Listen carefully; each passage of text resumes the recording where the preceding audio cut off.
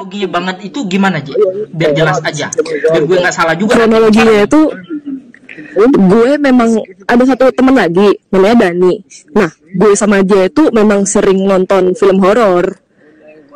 Oke. Jadi si entah gimana Tura nimbrung kan. Gue juga dulunya tuh sering keluar sama Tura, sering banget ke biblioteka bareng, ke apa-apa bareng gitu. Jadi dia kayak ngajak gitu, ayo aja kita nonton film horor gini-gini bertiga sama Dani di kamar Dani gitu.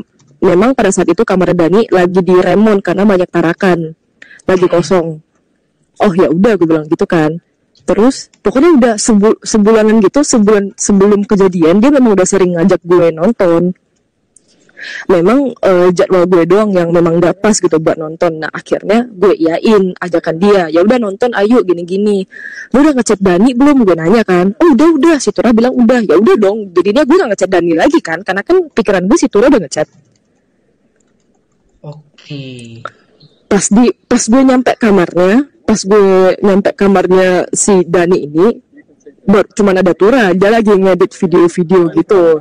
Ya udahlah, dia di meja, gue duduk di kasur. Dia bilang, ngapain kamu duduk di sana? Sini, dia ngambil bangku lagi kan, duduk di samping. Gue mikir lah, ngapain? Kita cari-cari film, ayo gini-gini mau nonton film horor apa? Oh ya udah, di pikiran gue masih belum ada dong. Nah, pas masih duduk-duduk gitu, dia udah mulai tuh, maksudnya kayak bercanda-bercanda, tapi tangan main, bercanda-bercanda tangan main. Gue mikir nih orang apaan, maksudnya gak jelas banget gitu kan. Nah, tiba-tiba Dani dateng. Nah, Dani nanya, kalian dua ngapain di sini? Gue udah rada aneh nih, maksudnya kenapa Dani nggak tahu? Padahal si Turahnya tuh udah bilang ke gue kalau dia udah ngechat Dani, dan alasannya si Turah itu WhatsAppnya tuh cuma centang satu di WA-nya Dani, belum centang dua. Akhirnya gue ajakin masih Dani kan, ayo Dan gini-gini, nonton lah kita bertiga, baru kejadian. Akhirnya gue ajakin masih Dani kan, ayo Dan gini-gini, nonton lah kita bertiga, baru kejadian. Sebenarnya nggak sampai ngewe, nggak sampai ngentot gitu, cuman dia udah mulai pegang-pegang. Paham. Terus dia udah ngambil tangan gue, taruh di itunya dia, suruh gue remes gini-gini, terus dia langsung cium gue gini-gini. Nah awalnya gue diem karena gue takut.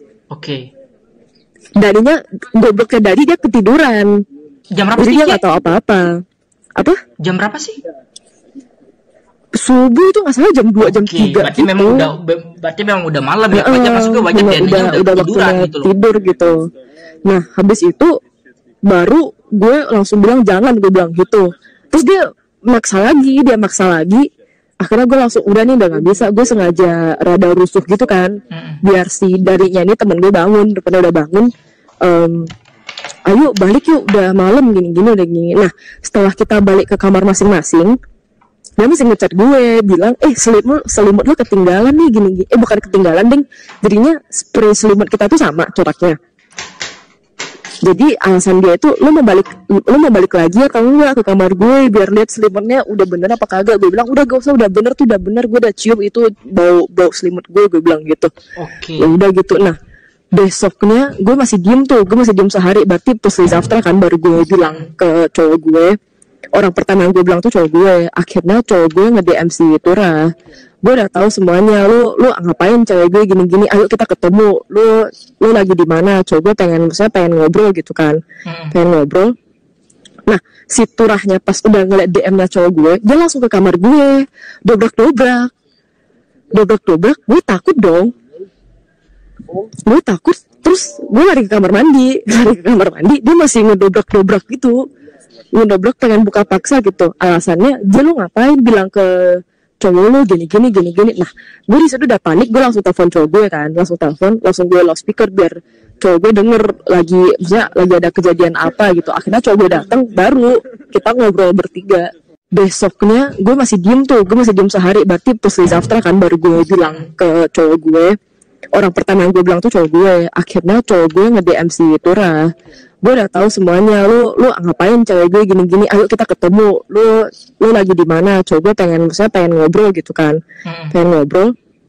Nah si Turahnya pas udah ngeliat DM-nya cowok gue, dia langsung ke kamar gue, dobrak, gue takut dong,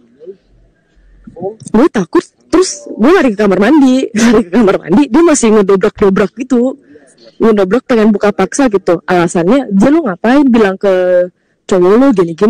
Nah, gue di situ udah panik, gue langsung telepon cowok gue kan, langsung gue loudspeaker biar cowok gue denger lagi ada kejadian apa gitu. Akhirnya cowok gue datang, baru kita ngobrol bertiga, berempat ding sama temennya cowok gue. Nah, pada saat itu gue ceritain lagi ya, maksudnya pas kita bertiga ada, gue, cowok gue sama si Tura nyalain gue. Nyalain apa?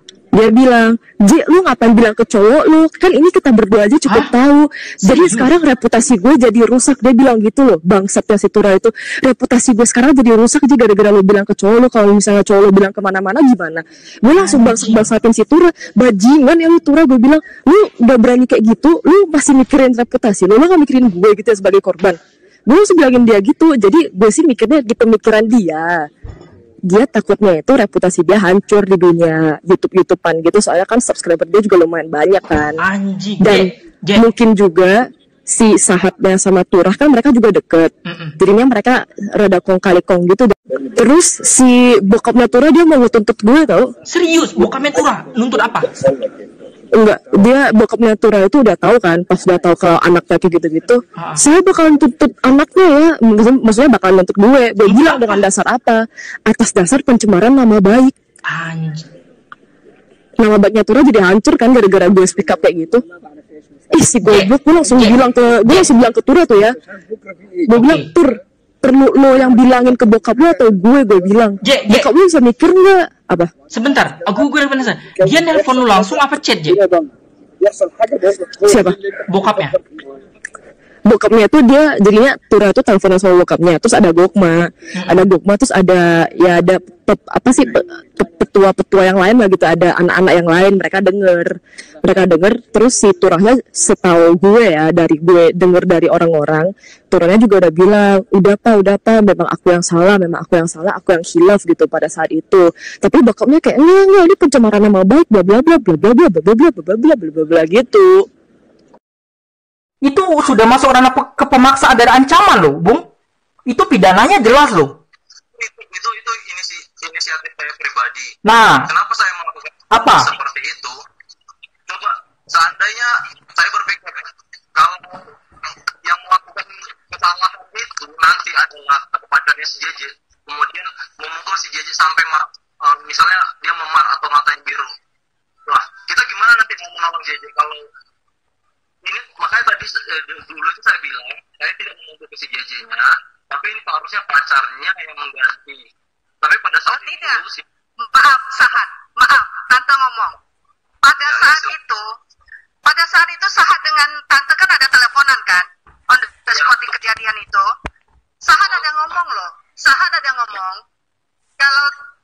Kalau uang kacamata ini tidak diganti, Sahat tidak bisa membantu JJ dan tidak bisa membuat surat pernyataan itu. Sahat. Di situ. Sahat, dengar itu. Itu kan Tante, Sahat ingat nggak? Di situ Tante emosi sekali sampai Tante teriak-teriak. Suara Tante itu agak tinggi. Di situ kan Tante bilang, oke, Tante bayar. Ingat nggak Sahat? Nah, ya, justru karena Sahat bilang kalau uang kacamata ini tidak diganti, Sahat tidak akan membantu JJ dan tidak akan membuat surat pernyataan dengan si Turah itu. Itu sebabnya Tante bayar. Karena apa? Karena JJ itu di Rusia. Kalau kejadian itu di Indonesia, si Turah udah Tante habisin.